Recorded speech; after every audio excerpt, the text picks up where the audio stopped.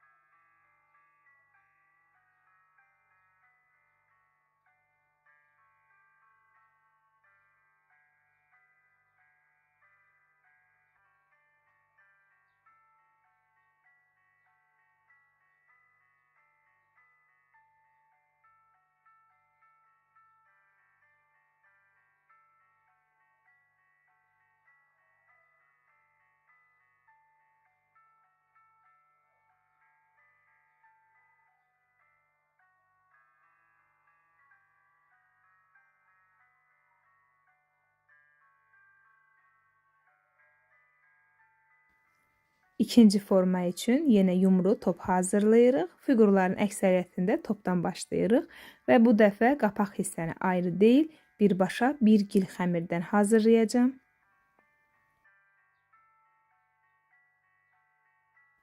Qapaq hissəni ayırmaq üçün adi ipdən istifadə edirik. Biraz qalın olsun. Məndəki sırıq ip idi. İstənilən kəndirdən ipdən istifadə eləmək olar. Kənar hissədə bir dəfə bu formada doluyub biraz sıxırıq ki, izi qalsın və qapağın ayrılmış hissəsinə bənzəsin.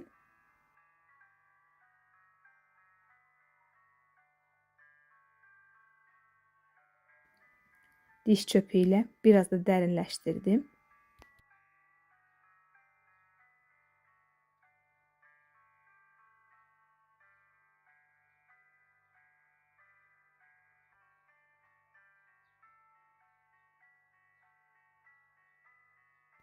Kənar hissələrin qulplarını digər qazanda olduğu kimi eyni hazırlayırıq.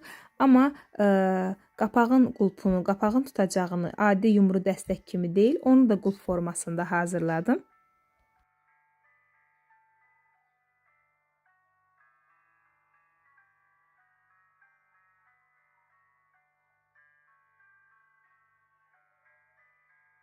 İki formada qazanlarımız hazırdır. Daha sonra bir ədəd də kiçik qazan hazırlayacağım.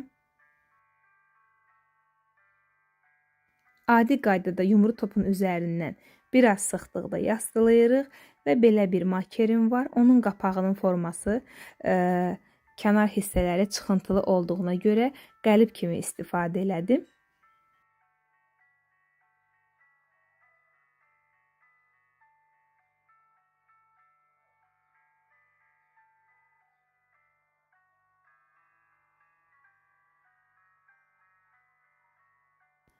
Balaca qazanımızın qulpunu adi simdən hazırlayacağım. Çünki çox kiçik olduğu üçün gildən hazırlamaq alınmır, qırıla bilir.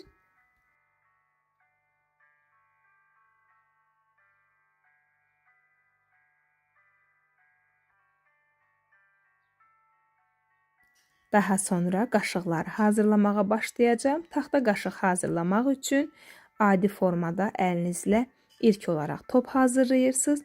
Daha sonra qulp hissənin formasını əldə edirsiniz. Qaşıq hissənin görüntüsünü əldə etmək üçün əlinizlə biraz sıxsanız kifayət eləyir. Hətta belə qalın taxta çöpdən də istifadə eləmək olar.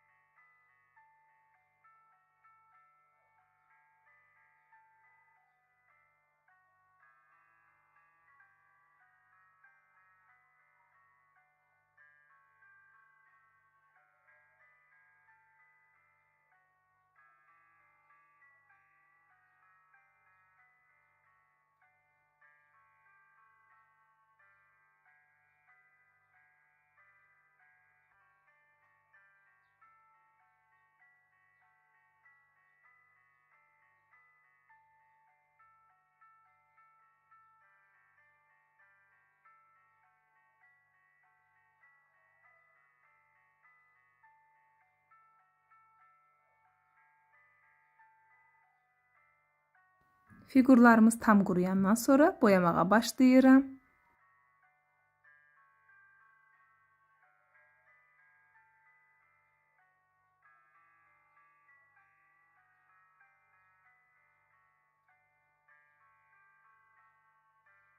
Boya quruduqdan sonra vernik əvəzi şəffaf dırnaq boyası ilə həm boyaları parladıram, eyni zamanda daha qalıcı və uzun müddətli olur.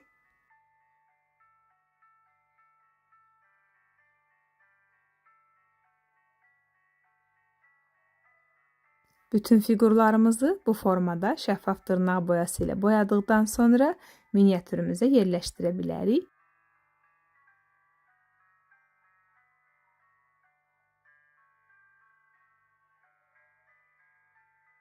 İstəsəniz dekorları sadə stol üzərinə də yerləşdirə bilərsiniz. Mən əlavə olaraq bir dənə də təndir hazırlayacağım.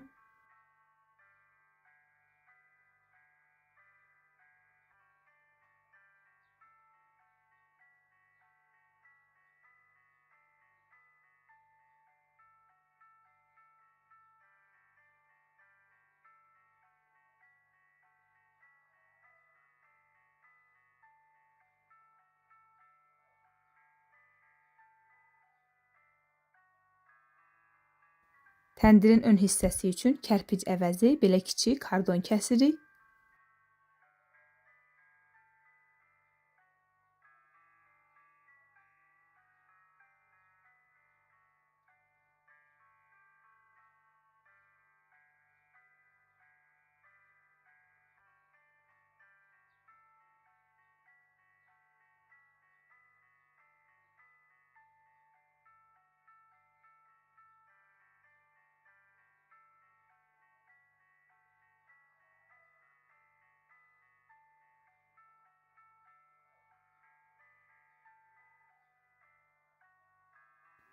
Daha sonra mən belə şpaklyovkadan istifadə edib xəmir hazırlayacağım. Onu da deyim ki, hər zaman şpaklyovkanı vurub daha sonra boyayıram. Bu dəfə birbaşa özünə adi quaş boya qatdım.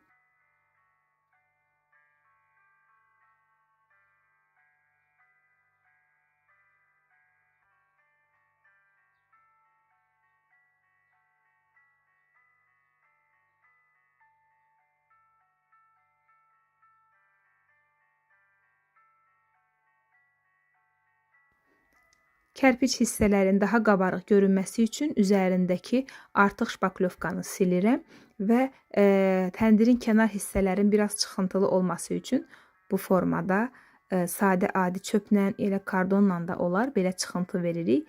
Çünki tam da hamar forma çox yaxşı görünmür təndirdə.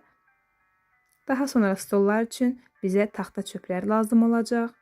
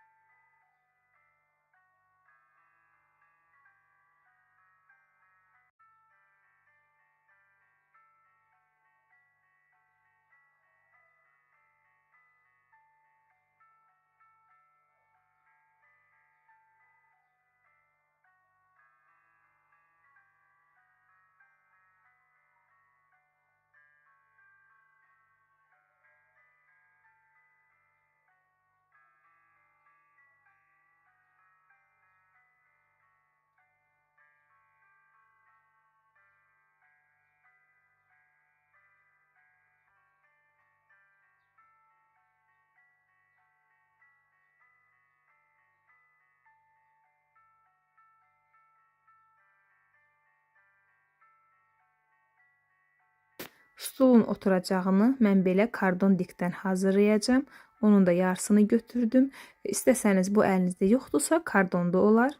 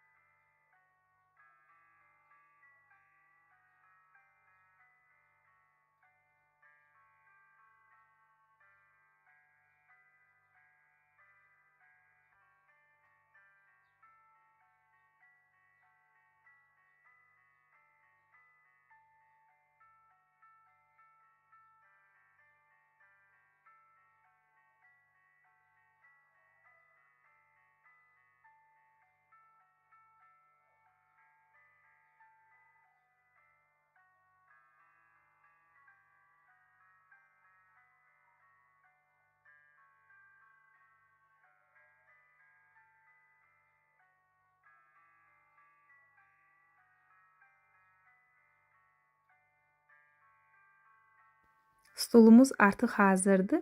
Daha sonra digər dekorlarımızı əlavə eləyə bilərik.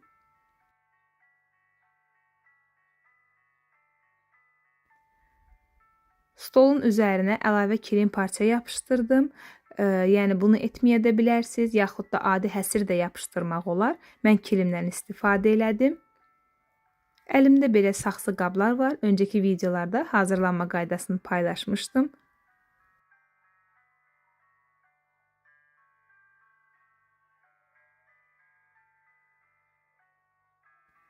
Daha sonra un çuvalı üçün belə bir kisə materialı var əlimdə. Adi un kisəsi hazırlayacağam. İstəsəniz belə həsir parçadan da istifadə edib un kisəsi hazırlamaq olar. Amma çalışın ki, həsirin ara hissələri sıx olsun, yəni sıx hörülmüş olsun.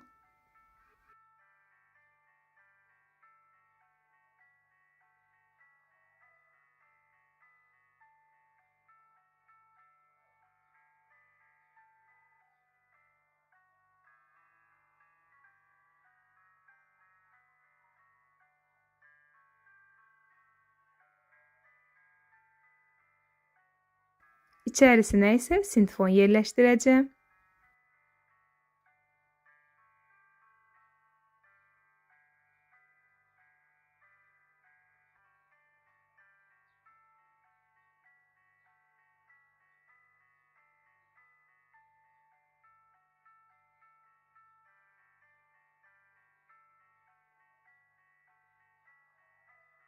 Un kisəsinə bənzəməsi üçün kənar hissələri bu formada bağlayıram.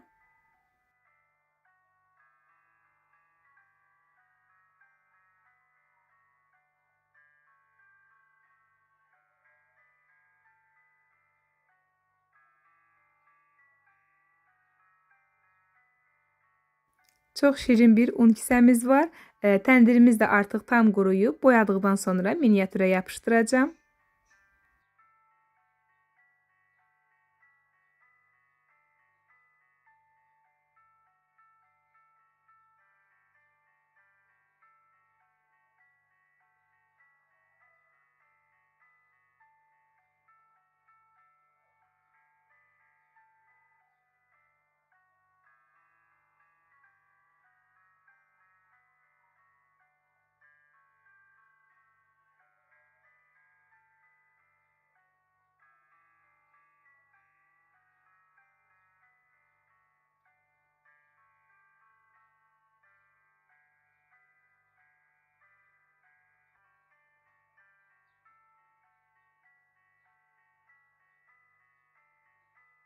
Son olaraq miniatürümüzə bir dəstə odun əlavə elədim və tam hazırdır.